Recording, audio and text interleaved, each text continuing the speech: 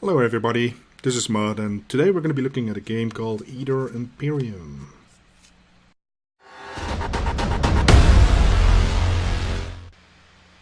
I have to say I'm pretty excited to do a series on Eador Imperium. The game was originally released mid-2016 by Snowbird Games, but recently saw a couple of fixes and updates, including a Sandbox Mode, that in my opinion took the game to a higher level. Not saying that the game was bad beforehand, not at all, but it did add a lot of fun to the game, and ever since it actually has enjoyed a pretty good reputation in the community. However, I do feel that the game is still underrated for what it really brings to the table. This might have to do with the fact that there is a steep learning curve, and that is also part of the reason as to why I'm doing this series. This series is really focused on the beginning, the novice player, to make sure that they get a chance to get the most out of the game and wrap their head around all the options and possibilities in the game. Because for example, there's over 200 buildings that you can choose from.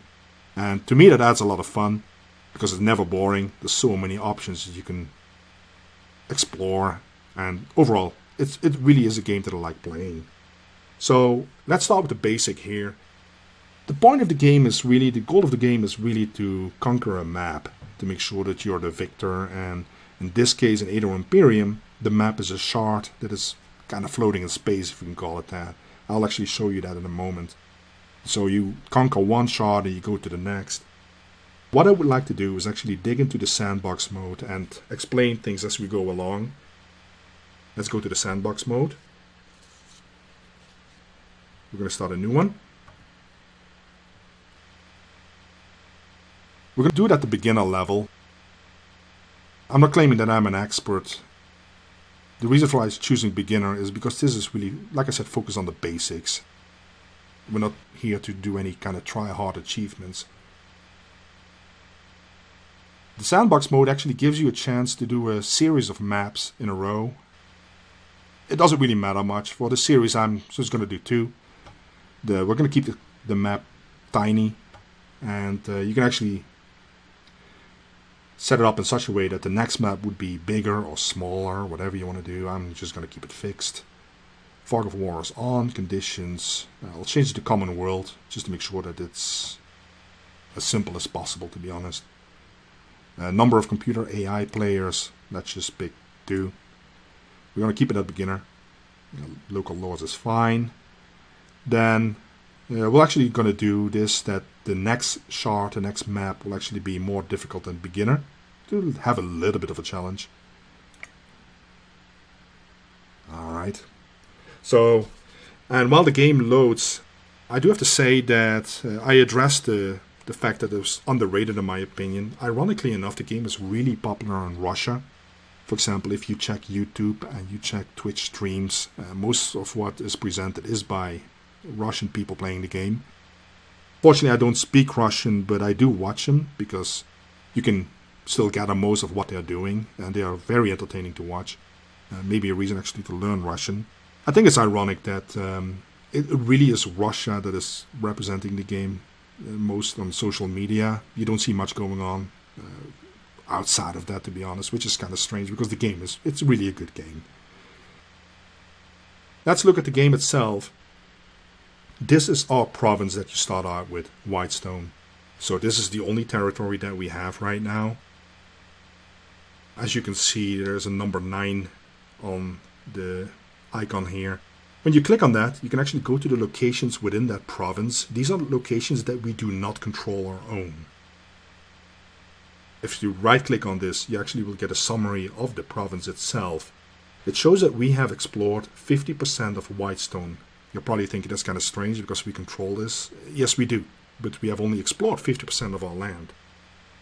We can actually explore this up all the way to 100%, which is something that I would advise people to do. I will address that in a moment. But let's first click on this number 9. And this actually shows the locations within the province that, like I said, we do not control, but that you can conquer. It shows the creatures that are, for example, defending the ancient ruins or the Bear Mountain. We don't have any details on this. The moment you start exploring your province and you run into one of these sites, or you explore a new site, you actually can get more details on this. You can actually scout to see what is defending this, because it can be quite risky to actually go in and simply try to conquer one of these sites. The moment you conquer a site, there's going to be loot, there's going to be experience, and the site will actually disappear because it will actually drop from your list. So if we would, for example, conquer the ancient ruins, then instead of number 9, it would be number 8. We have only explored 50% of the province, so that means that the moment we start exploring, it could actually very well be that we discover a new site. That would actually increase the number from 9, for example, to 10. Looking at the other summary of the province itself, hovering over this, it shows that we're located in hills. Hills are rich in minerals and natural resources. Hilly provinces yield good income, and magical veins full of gems are often located in hills. You get a little summary of the terrain itself. It also shows the population growth. This is a large village. This can actually grow within the game, and the bigger it gets, the more income it will yield and gems it will yield for you. It shows the mood in the province. Right now the people are kind of quiet, which is kind of neutral. They are not happy, they are not unhappy. They're just waiting to see what you're going to do with them. This is actually the income that is generated. If you look at the toolkit tip, you can actually see that there are several modifiers. It's, for example, the mood modifier. We actually get negative income, or we have a negative modifier because of the fact that we did not explore the province 100%. Right now we're at 50, so the moment we get closer to 100, this negative minus 4.8 will actually be adjusted and will be less and less of a penalty as we go along. There's other things that will add to the income as well. For example, buildings, heroes. There's several things that can actually increase that income. On the right hand side, we see the gem, the yield of gems that is in the province. It shows that there are several modifiers as well. Exploration also has an impact on that as well. Looking at the provinces around us, you can see that there are different numbers, they have different locations. This one hasn't anyone listed. It doesn't mean that there's none in the province at all, because the moment we would start exploring that, we can actually discover more locations, even up to 10. I mean, I've seen it happen. Right now, these provinces around us are not controlled by us, they are not owned by us, we only control this one. That's also one of the most important things in the game, because you want to expand. But the fun part of the game is that instead of rushing to control and conquer the whole map, this is a game that you kind of want to build up gradually, kind of slowly, because you want to make sure that your bases, you have a solid foundation at your home province. Normally what I do is I grab one of the neighboring provinces, but make sure that I explore at least my home province up to 100%. I can continue to expand that way. Like I said, you don't want to just rush out and start conquering everything, because there are setbacks to doing so. Let's address those. The provinces around us in this first circle, they are usually the easiest ones to conquer. Now you can hover over them, you can actually get some information on them. So for example, this one is controlled by barbarian tribes. It has 0 locations. This one is a free settlement. That does not mean that you can simply walk in there and get it for free. It kind of indicates that this one is really easy to conquer, because the defense for the province is going to be militia, and maybe some spearmen and some slingers, some really weak units. It's usually easy to conquer. Looking at this province, these are the Outlaws. They're all pretty easy, to be honest. These are the goblins. They are more difficult. It has 2 locations. These are the lizardmen, more difficult as well. Normally the rule is that the further you get away from your main province, your base, the more difficult it gets and more resistance you will meet trying to conquer those lands. Also, the further away you get, the more prone the provinces are to corruption and unhappy people. There's several ways to avoid that, several ways to conquer that, and we will see that as the series progresses. First things first, let's look at this is called the global map, and as I told you, we're floating in space. This is a shard, so we're trying to basically control and conquer this shard and move on to the next one. Our sandbox is set up for 2 shards. Looking at the main interface on this map, this is it will take you to the castle itself. I will do that in a moment. I'm just going over the main options. This will allow you to construct in that province. we'll do that as well. This is for the heroes, which is one of the most important parts of the game. Let me open this up for you. Because what you normally do is you choose one hero, which is basically the general, the commander of your troops. So there's several different classes you can choose from. Right now there's 7 classes you can choose from. Warrior, Scout, Wizard, Sorceress, Pilot. Usually the easiest ones to play are the Scout and the Commander. If you want more of a challenge, then, for example, pick the Wizard or the Pilot. It doesn't really matter much. This shows the cost of actually acquiring a hero. And it shows 100 gold and 10 gems. We have sufficient. We can actually acquire a hero. For the sake of this series, I'm going to take a Scout.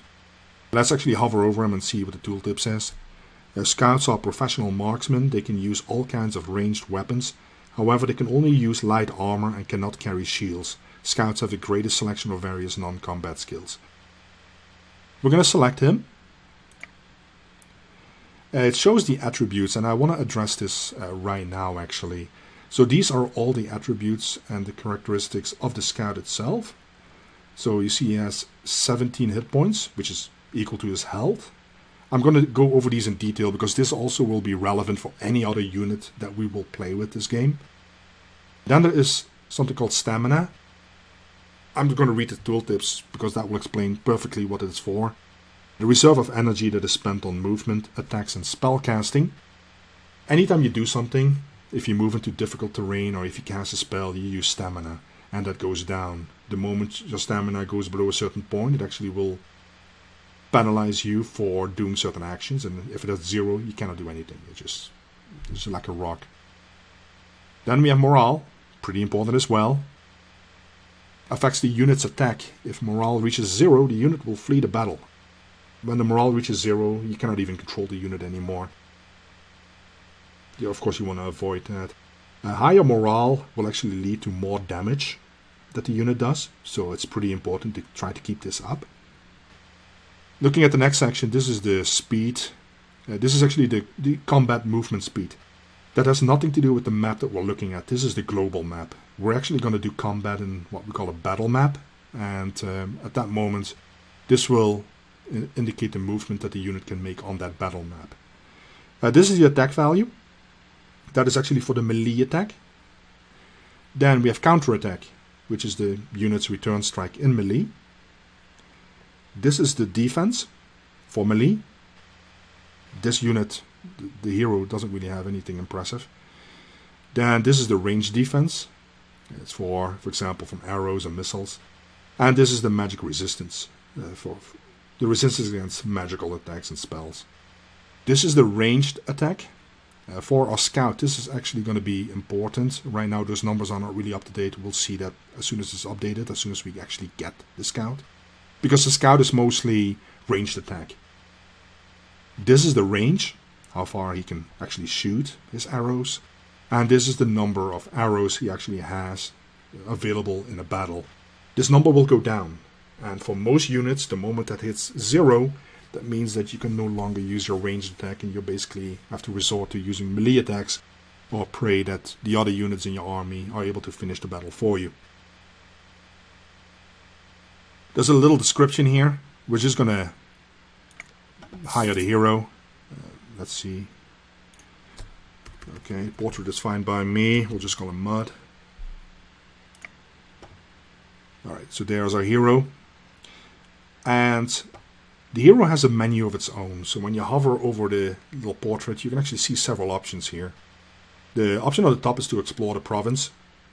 That will actually allow you to, because right now we explored up to 50%, so we can actually explore more, find locations, and I discussed that earlier. This one is actually to visit a location. So let's say we click on that and we want to try out to conquer this or conquer the ancient ruins. Next turn, the moment we enter turn, he will actually go there and try to conquer that.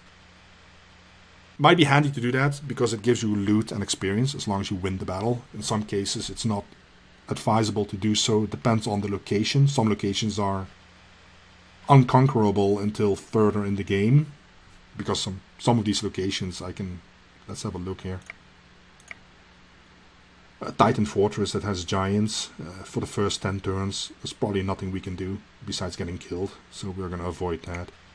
The other options on the tooltip or the heroes that he has available is, for example, to plunder. You don't want to do that in your own province. Maybe when you conquer one and you just want to plunder for some gold. This is to visit the stores. I will do that in a moment. So you can actually repair your equipment and buy new equipment. And this one is to hire troops, because your hero is basically going to be commanding an army, and you want to hire troops because the hero is not able to do it all by himself. Now, the province itself has a tooltip which is identical to this one. You can do construction for the province itself. You can view the garrison and hire troops into the garrison, and you can view the location. So it's kind of identical to this. There's another option on the top. It's to hire the guard. That is something that comes further on in the game. You can actually hire guards in your provinces, any province that you control, based on what is available and based on the contracts that you have. The other thing on this screen that we should really look at is when you click on here, you actually see the stats for your income, your expenses, and where it comes from, where it originates. Also the resources.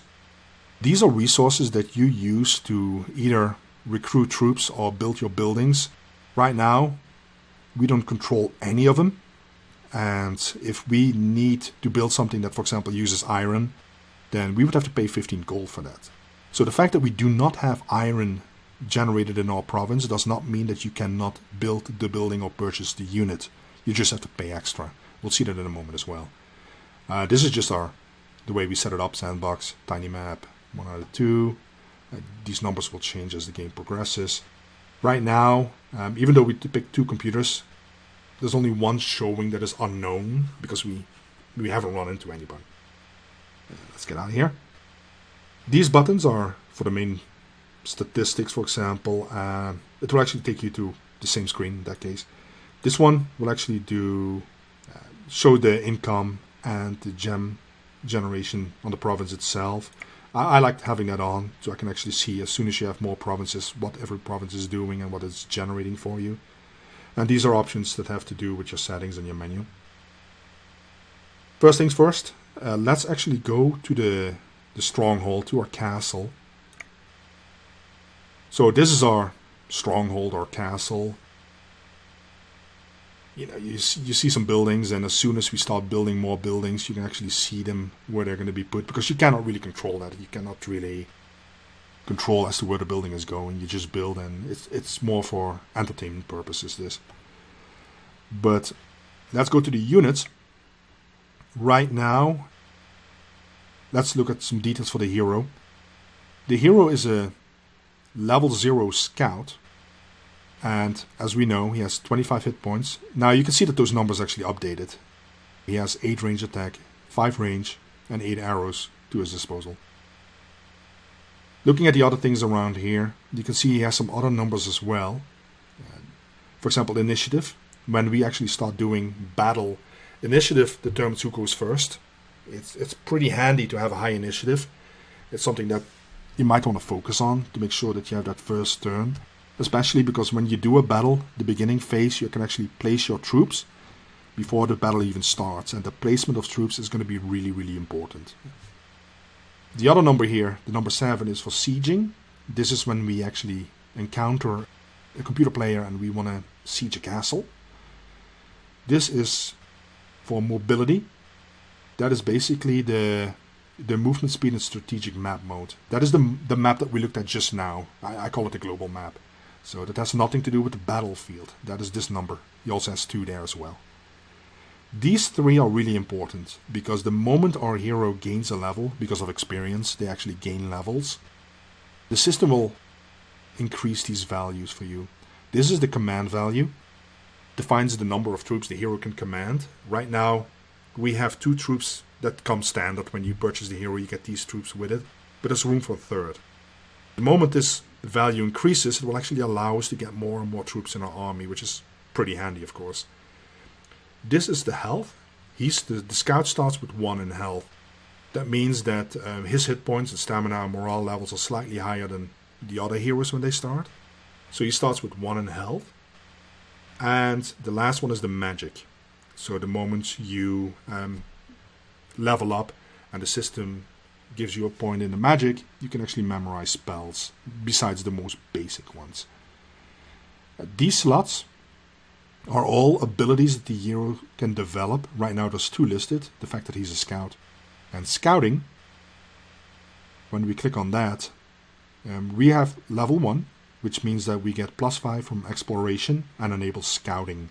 That means that when we go to a location like, for example, the Titan Fortress, we can do scouting and it will actually tell us who's defending that fortress, that location. This is something that you can level up, and as you level up, you have all these benefits. We'll see that as the game progresses. Looking at this screen, the other important thing to note here is that we can recruit troops for the hero, but in our case we can't. There's nothing that we can recruit. That's actually a funny part of the game, because you actually first have to build something that will allow you to recruit troops. We're going to do that in the first 1 or 2 turns here. And let's get out of here. The other part of it's the construction itself. Now this is one of the most complicated screens in the game, because this is the construction, and like I said, there's over 200 buildings. Construction itself is divided by quarters, so you have 9 quarters, and there's only right now 8 available for us. The 9th quarter is called the Foreign Quarter, and this will be available as soon as you have an alliance with a non-human race like dwarves or elves. This is really an interesting aspect of the game, because you can actually choose who you want to ally with.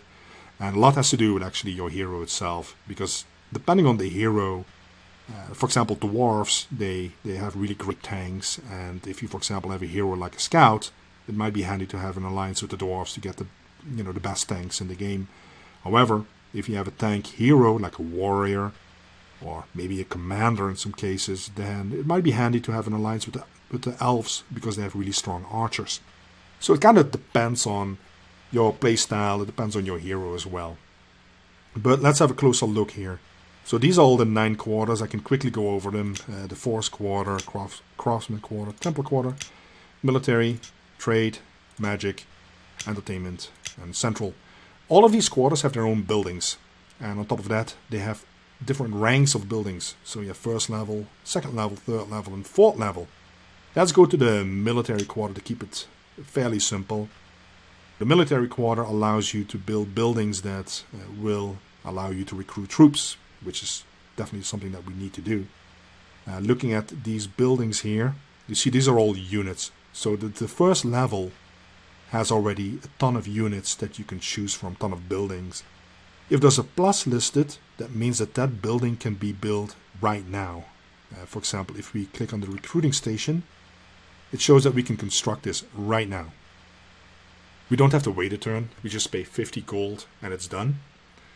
The same goes for the Slinger School. We pay 80 gold, we construct, and it's done. There is a construction queue that will actually allow you to queue up buildings, which is pretty handy.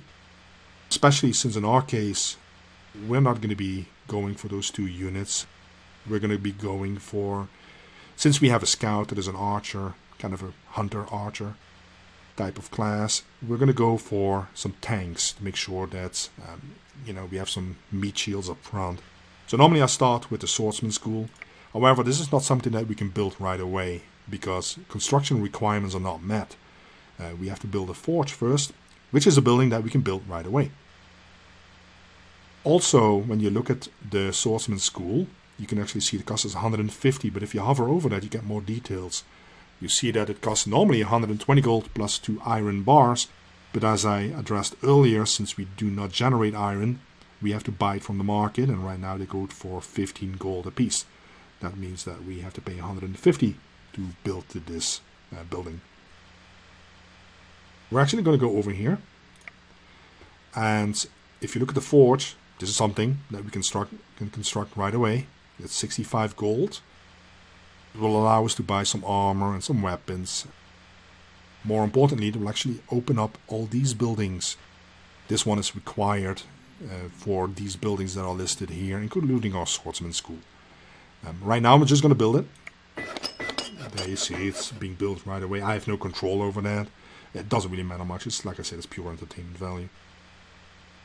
The next step is that we do want to get that Swordsman School. So what I'm going to do is I'm going to actually put it in this next turn slot. You don't drag it, you just click here.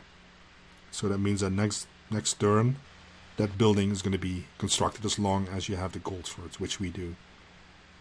I do want to look into the units a little bit further, because we looked at the statistics for the hero, but let's have a look at the units themselves. So looking at the Swordsman, for example, the moment you right click on that, you see that very similar screen here. Of course, his numbers are not as impressive as a hero, because that wouldn't make any much sense, to be honest. But if you look at, for example, his numbers, then he has 17 health, 10 stamina, 10 morale. These are kind of basic, to be honest.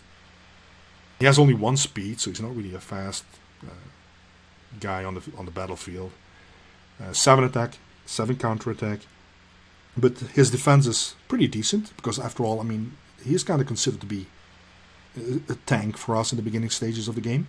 So he has 3 defense, 5 ranged defense, and 1 magic resistance. He has no ranged abilities at all. And he has a special skill and property here. It's called Parry. When a unit is attacked in melee for the first time during current turn, its defense is increased by 2. So it's pretty handy. So everything that is set up for him is really focused on him being some sort of a semi-tank for us in the beginning stages. There's a description here. I'm not going to bore you with that. Now, but let's look at some other units that we could encounter as well, because everybody plays the game differently. There is not one way to be victorious. I mean, just have fun. Pick units that you think really works well. One of the interesting units to me is the Triaris. And let's have a look at this one. The Triaris. Looking at this one, he's very cheap and has not much upkeep. And the reason for that is that he by himself is not really strong. But the interesting part is, and that's why I like him, is that he has a special skill and property called Discipline.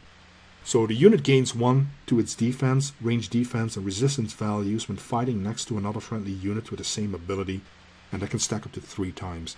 So that means that if you have a group of 4, and they are all flanking each other, then these 3 values here will actually go up to, instead of 2, 3, 2, it will actually go to 5, 6, 5. And that is more than the Swordsman was showing us just now, so that is pretty decent. Also on top of that, his health is pretty fair. He has higher stamina and higher morale than the Swordsman. He's cheaper, has less upkeep, but you just need 4 of them. So it's got a little bit of an investment to make. He also has 2 movement and has the same attack and counter attack as the Swordsman. He has another ability as well, and I would advise you the moment you start looking at units, just go over those abilities and those skills and properties and make yourself acquainted with all the details, because it's really, really handy for understanding the battles in the game. So this unit has what is called the first strike. There's more units that have this, but he's one of them. It's whenever a unit with first strike is attacked, it performs a counterattack before the enemy strikes. This rule does not apply when the enemy possesses first strike as well. So that's pretty handy, but this one is really why I love this unit. And in this tutorial, I will very likely grab a couple of these guys, just because they're fun. Let's look at another unit. For education purposes, let's look at the difference between a crossbowman and, for example, a normal bowman. So let's click here. We right-click here to see the details. 60 and 12, if I'm not mistaken, they actually cost the same and have the same upkeep. The difference is that the bowman, one of the differences, a slight difference, is that the bowman has a longer range, which normally is something that, of course you want. I mean, you don't want to fight melee, you don't want this guy up front. You want this guy standing somewhere in the back and just firing his, in this case, 7 arrows. Let's compare this to the crossbowman. If you click on that. Similar numbers, 60 and 12. So that is exactly the same. However, he has 4 range. You're probably wondering, why on earth would I take the crossbowman over the normal bowman? And the reason is this. I prefer the crossbowman for this armor-piercing shot. The target's range defense is effectively halved against this unit's ranged attacks. if you're dealing with somebody who has 8 range defense and has a bowman and you're shooting at him, you will see that in the battle. You barely will do any damage. The crossbowman will do a lot more damage because he literally ignores half of that armor. It depends on playstyle, because I'm not saying that the crossbowman is better than the bowman. Not at all. It's just that it depends on the playstyle. It depends on the way you want to build your army, on your hero, and what you're trying to do in the game. Normally I go for the crossbowmen because I prefer those. There's also healers. Let's click at that. By the way, when I'm clicking through these buildings, you can actually see that there's construction requirements that we haven't met. We cannot, for example, build the Brotherhood of Light to get some healers, because we first would have to build the altar, and then we would progress and get a healer. But I'm just looking at this for the sake of statistics and comparison. If you look at his numbers, not much health, the basic stamina, basic morale, nothing really exciting. He has 2 speed, his attack and counter attack.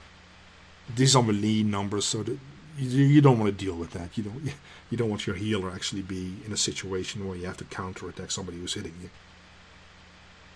He has no defense in melee, he has no range defense. He has some magic resistance. 3 is actually fairly decent.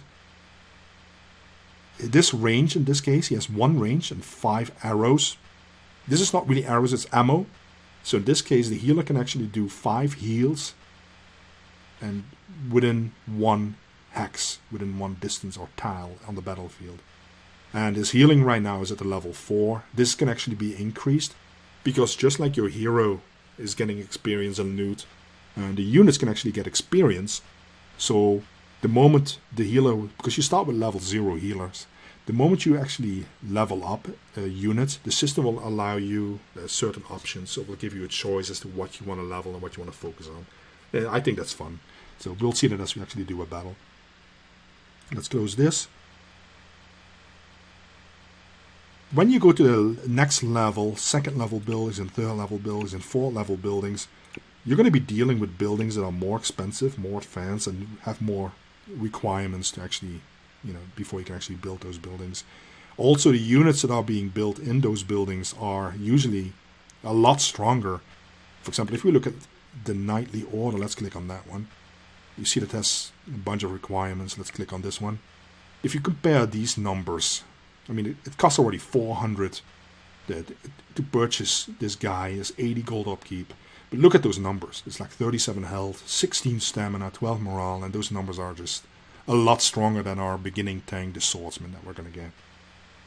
Also, they have very interesting skills and properties. Sometimes you have units, I'm not sure if I can find one right now. Here we go. That has a whole bunch. You also will have that on the battlefield when you're dealing with opponents and enemies. You can actually see their stats and their level and their skills and properties. Some of them have 8 or 9 properties. Even though it will take a little while to read, I would still advise you go over them, make yourself acquainted with those, because it helps you for the rest of the game. And also, the next time you encounter them, in most cases, you kind of know what they're doing, and you don't really have to go back and see what the skills and properties are for that unit. All the quarters come with these levels. Not all quarters have the same amount of buildings. If you look at the Force Quarter, you see that it's not too many buildings compared to, for example, the military. The Trade Quarter actually expands pretty fast, so that has to do more with trading. You will see this, that on an icon you have like a little icon inserted that actually shows you what you can do there, because these are stores and shops where you can buy, in this case, rings and jewelry, weapons, armor, leather armor. This is the magic quarter, so this will open up the possibility for you to study different kind of schools of magic. This, for example, is really about entertainment. This is one way to keep your people happy, especially in the provinces further away from you. You want to keep their mood and their morale up. Let's have a look. This is the Craftsman Corner. So this is really important to, for example, mining and getting the most resources out of your province. Things like that. So everything has like 4 levels.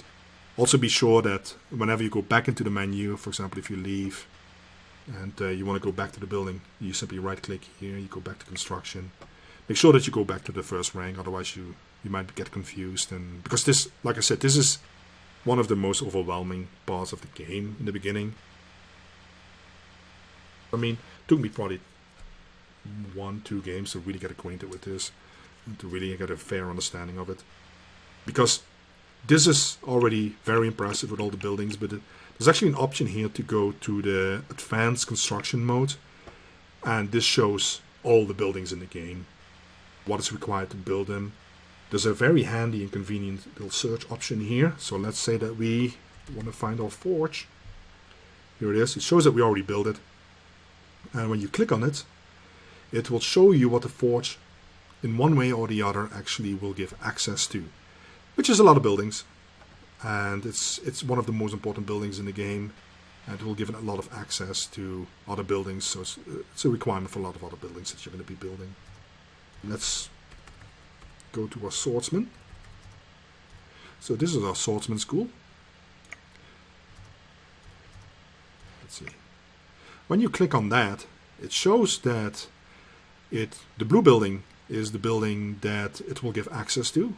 For example, the lookout tower. But the green building is the building that is required to build the swordsman school. We already built a forge. This is pretty handy. If you, for example, click on other buildings, for example, the fighter barracks, then you have several things. You can see that these are all the requirements. We met one of them. You can see the relationships between the buildings and the construction.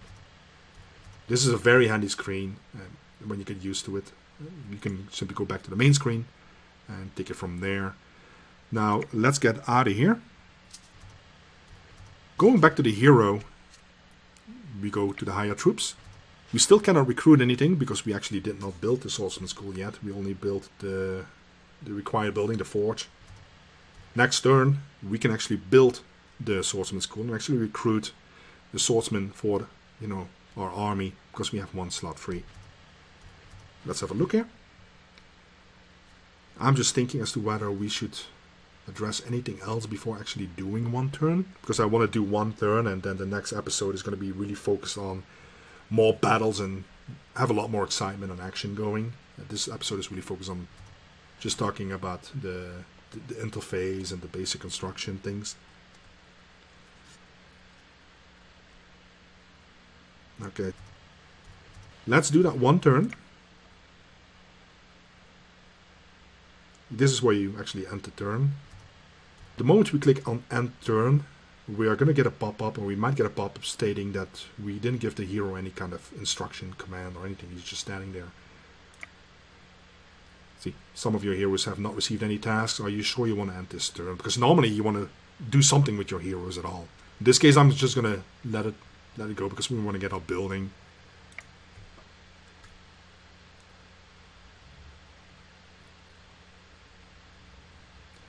You will actually see that every turn there's going to be a tip popping up, and in this case you saw a question mark.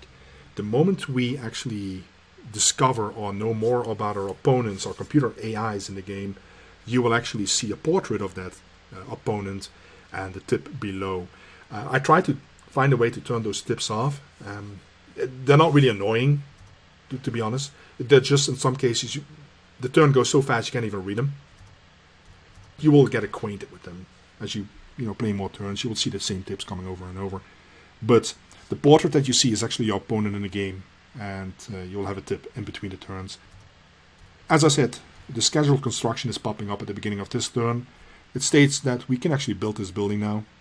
150 gold, we have it available, so we can construct it, or we could choose to postpone it to the next turn, or we can actually go to the construction menu in our castle if we want to change something or do something else. In this case, we're going to construct it.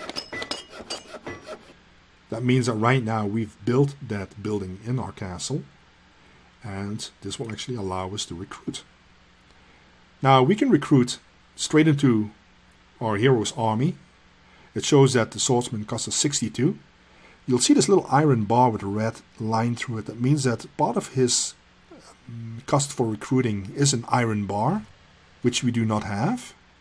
And because of that, we actually pay more. So if you right click on him, you can see that it's 45 plus an iron bar to build him, which in our case is 62, which means that iron right now is 17. I'm not sure if that was the case earlier, but the price of materials can actually change in the game.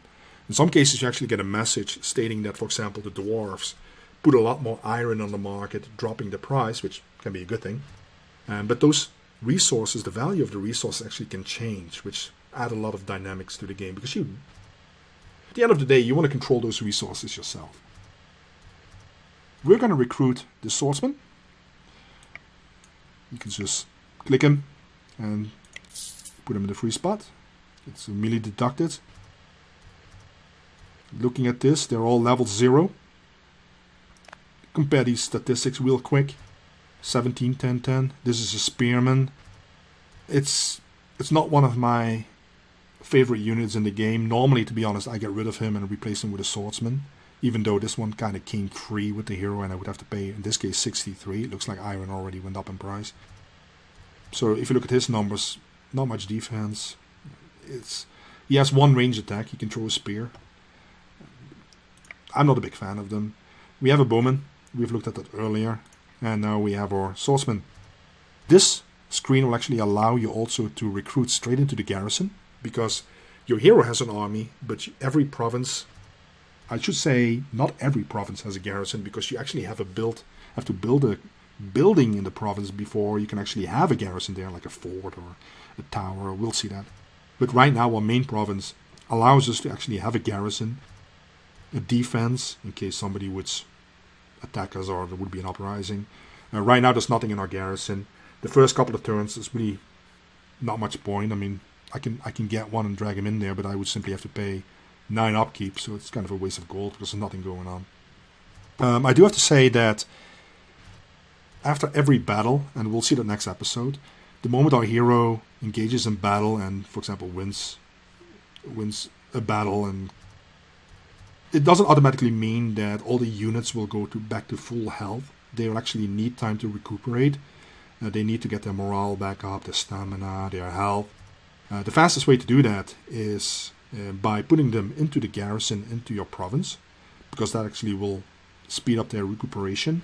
There's several buildings to actually help with that as well, to increase the speed as to how fast your units can recuperate and get their health back. Because at the end of the day, you want to have your army available at all times to just keep exploring and keep visiting locations and get that loot and experience. Because there's not much other purpose for them in the game, to be honest. I mean, you don't want to have your heroes sitting around in your province. There's really no point. Then you can swap troops between your garrison in case you had any troops in there and your hero. So I can, for example, drag him and put him in my garrison. Let's put him back here. That's kind of what we did this episode. We have a little army, but it's sufficient to actually visit some of these provinces, which is what we're going to do in the next episode, to get a little more action and excitement going. Because I can imagine that this was a little bit boring to a lot of people. But I do want to leave it at this part.